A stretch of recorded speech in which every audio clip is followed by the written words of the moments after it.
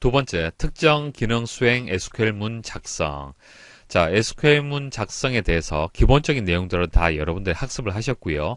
자, 그 외의 기능을 한번 살펴보도록 하겠습니다. 자, 첫 번째로 응용 시스템 DBMS 접속에 대해서 말씀을 드리도록 할게요. 자, 이게 무슨 내용이냐면은 DBMS, 자, 데이터베이스에 접근하는 방법이 크게 두 가지 방법이 있어요.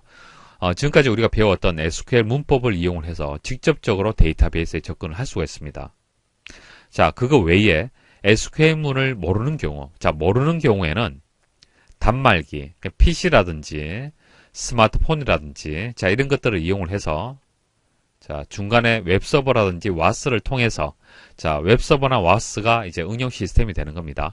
자, 이런 시스템을 통해서 데이터베이스에 접근하는 방법이 있습니다. 그러니까 여러분들 회원가입을 한다. 회원가입을 하게 되면은 아이디, 패스워드, 주소, 이런 값들을 입력을 하죠. 자, 폼, 양식에 맞도록 SQL을 모른다 하더라도 값을 넣어서 가입 완료라고 버튼 누르게 되면은 전달이 되고 다시 데이터베이스에 접근을 해서 데이터베이스 내에 회원 테이블 내에 여러분들의 정보가 이렇게 저장이 되는 겁니다. 그리고 검색 버튼 통해서 데이터베이스에서 검색을 할 수도 있겠죠. 그래서 SQL을 안다라면은 직접 데이터베이스에 접근할 수가 있지만은 SQL을 모를 경우에는 이와 같은 형태로 해서 중간에 응용 시스템을 통해서 접근을 할 수가 있는 겁니다. 그래서 DBMS에서 사용되는 SQL은 데이터베이스 관리 도구를 사용을 해서 직접 접속해 실행 가능하고요. 데이터베이스 관리 도구란 것은 DBMS에서 기본적으로 제공하는 도구들이 있습니다. 자, 그것을 사용을 해서 직접 접속을 해서 실행을 할 수도 있고요. 응용 시스템에서도 호출 방식을 통해서 사용이 가능합니다. 응용 시스템을 통해서도 가능합니다. 그래서 사용자는 응용 시스템을 통해서 DBMS에 접속해서 이제 조회하고 저장하는 것이 가장 일반적인 형태죠. 그러니까 일반 사용자들은 SQL을 모르잖아요.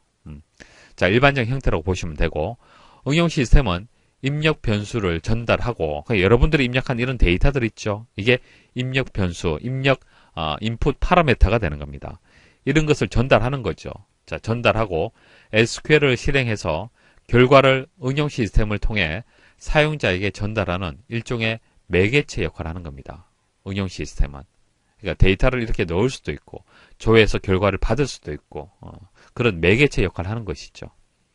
자, 그게 응용 시스템과 DBMS의 이제 관계라고 보시면 됩니다.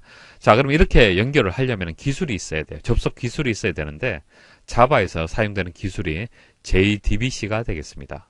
그림을 통해서 개념 설명을 드리겠습니다. 자바로 만들어진 어플리케이션, 웹서버라고 일단 생각을 하도록 하겠습니다. 자, 자바로 만들어진 웹서버가 있습니다.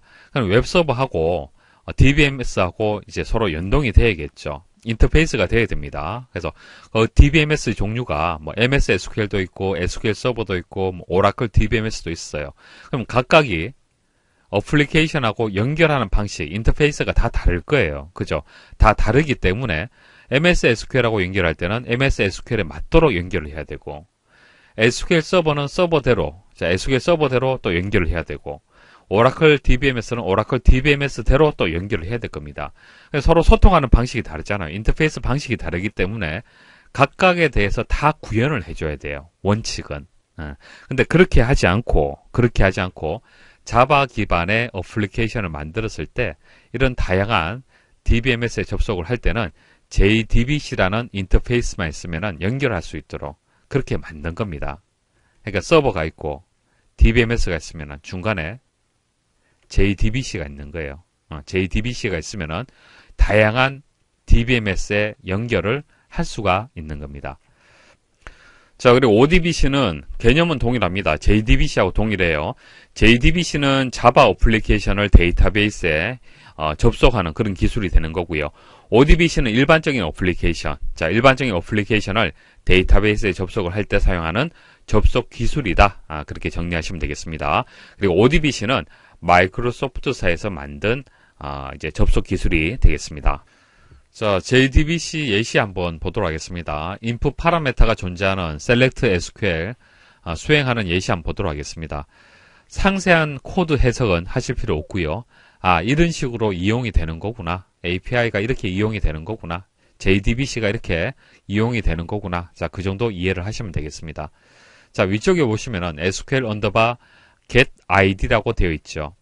자, 이게 변수가 되고요. 자, 등호 기준에서 오른쪽에는 select 문이 있습니다. 쿼리가 있습니다. 자, select 문이 쭉 나왔는데, 자, 플럼 뒤에는 뭐 테이블 명이 되는 거고요. 자, 조건이 들어오죠. 자, 조건이 들어오는데, user 언더바 name 해서 뒤에 물음표가 있네요. 자, 이게 입력 파라미터가 되는 거예요. 입력 파라미터를 받겠다. 자, 이름은 받겠다. 이름을 받아서 쿼리를 실행하겠다라는 그런 의미가 되는 거예요. 무슨 뜻인지 아시겠죠? 자, 이렇게 해서 이제 쿼리를, 자, 이 변수에다가 저장을 한 겁니다.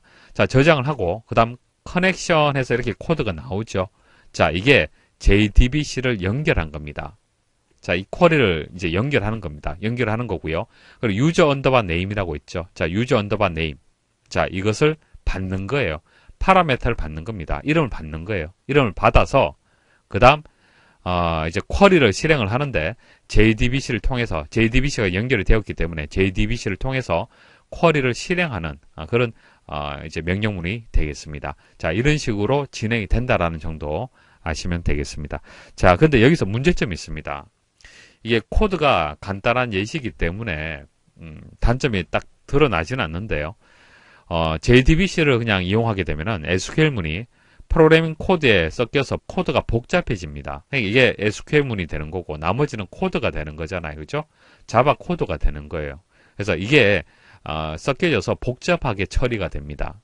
여기서는 단순하게 보이지만은 좀 복잡한 처리를 하려면은 이제 프로그래밍 코드하고 SQL이 좀 복잡하게 섞이는 그런 문제점이 있어요. 그래서 이 문제점 때문에 사용이라든지 유지보수가 어려운 단점이 있습니다. 자, 이것을 보완한 것이 마이바티스라는 게 있습니다. 마이바티스는 SQL 매핑 기반의 오픈소스 액세스 프레임워크라고 하는데요.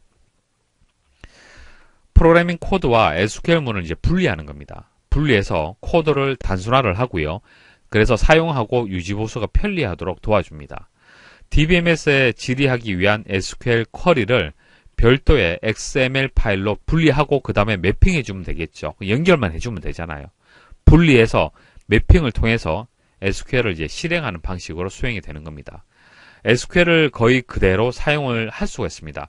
여기서 이제 우리가 SQL문을 그냥 통으로 이렇게 입력을 했지만은 사실 JDBC를 이용하게 되면은 좀 복잡하게 분리해서 처리를 하는 부분이 있습니다. 자, 그런 부분 없이 SQL을 거의 그대로 사용이 가능하다. 그래서 우수한 성능을 보여준다. 자, 이런 특징을 가지고 있습니다.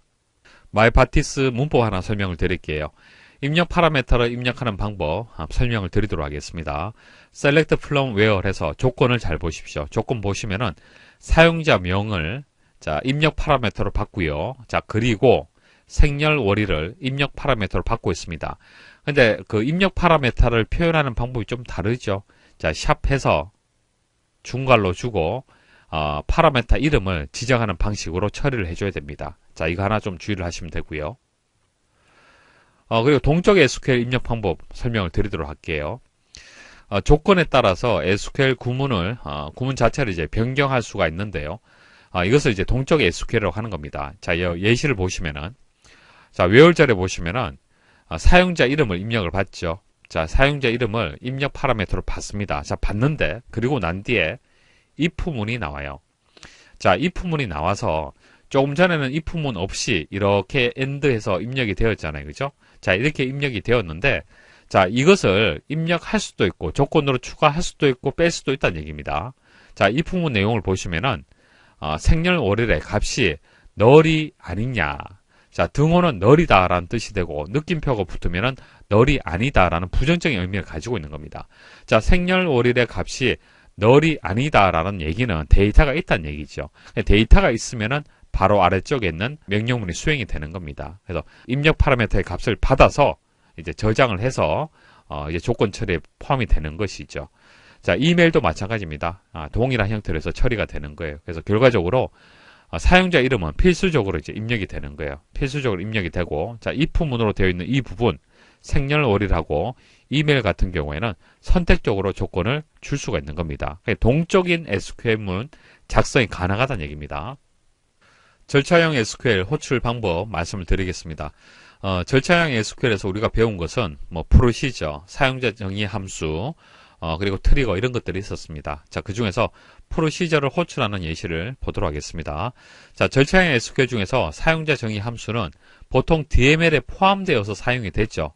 함수를 가지고 와서 보통 DML에서 사용이 됩니다. 그래서 별도 호출은 큰 의미가 없고요. 트리거 역시 DBMS에서 바로 실행이 되죠. 이벤트가 발생하면 바로 실행이 되는 겁니다. 그래서 뭐 별도로 호출할 필요는 없고요. 그래서 프로시저에 대해서 설명을 드리도록 하겠습니다. 자, 프로시저로 호출하는 것 중에서 중요한 부분은 이 부분이 되겠습니다. 스테이트먼트 타입에서 컬러블이라고 되어 있죠. 컬러블이라고 되어 있는데 우리가 프로시저를 호출할 때는 스테이트먼트 타입이 크게 세 가지가 있는데 이 세 가지 중에서 컬러블을 선택을 해야 된다는 거. 자, 그거 하나만 주의를 하시면 되겠습니다. 자, 마지막 세 번째 DCL 명령문 작성에 대해서 말씀을 드릴게요. 자, 이거 데이터 제어가 되는 겁니다. 데이터 제어 중에서 사용자 그룹, 그러니까 사용자 관련된 내용을 한번 정리를 해보도록 하겠습니다.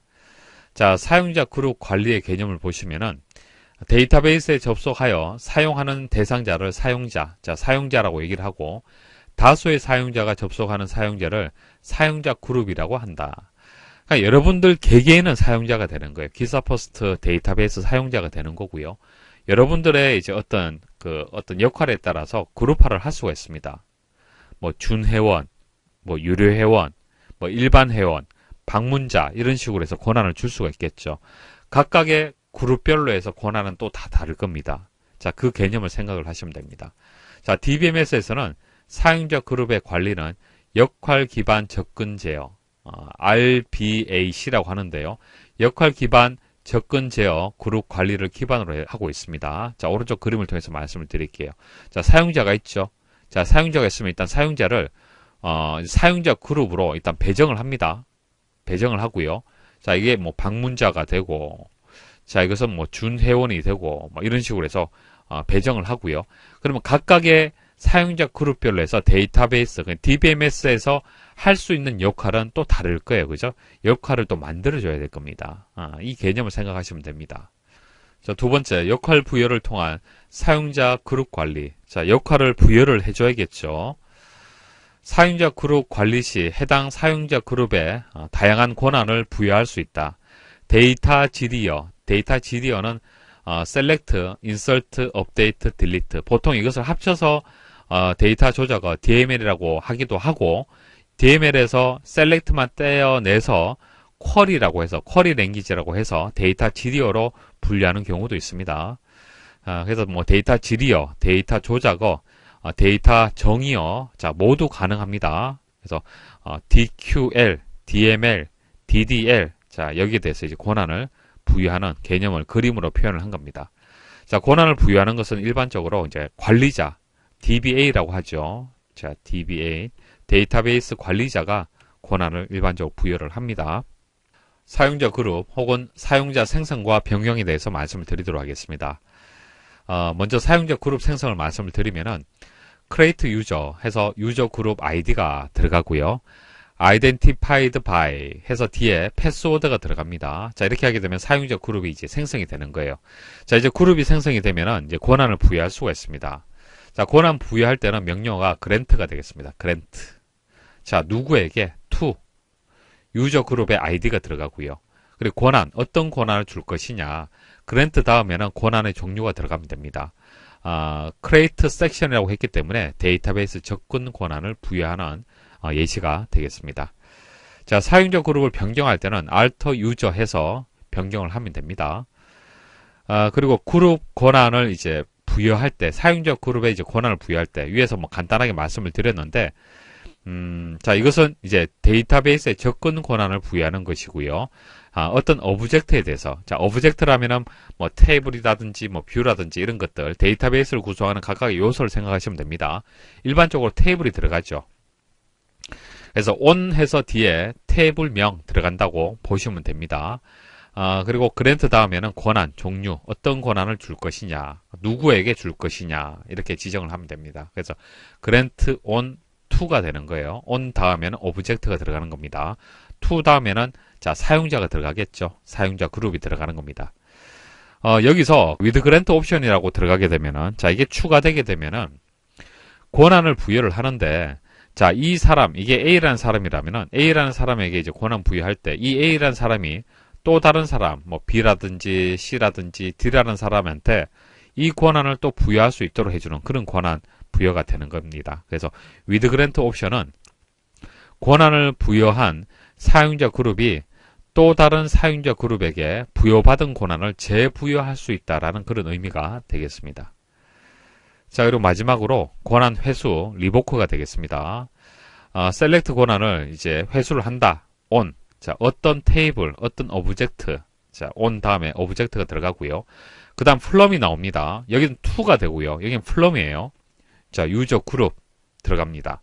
그리고 캐스케이드가 들어가게 되면 연쇄적인 회수가 이루어지는 겁니다. 그러니까 A에 대해서 셀렉트 권한을 뭐 특정 테이블에 대한 이제 셀렉트 권한을 회수를 했잖아요. 그죠? 회수, 취소를 했어요. 권한을 취소를 했으면은, 그럼 그동안 이 사람이 다른 사람에게 만일 권한을 또 이제 부여를 했다. 자, 그러면 그것까지 같이 연쇄적으로 회수하도록 하는 그런 명령어가 되겠습니다. 자, 여기까지 해서 설명을 마치도록 하겠습니다. 수고하셨습니다.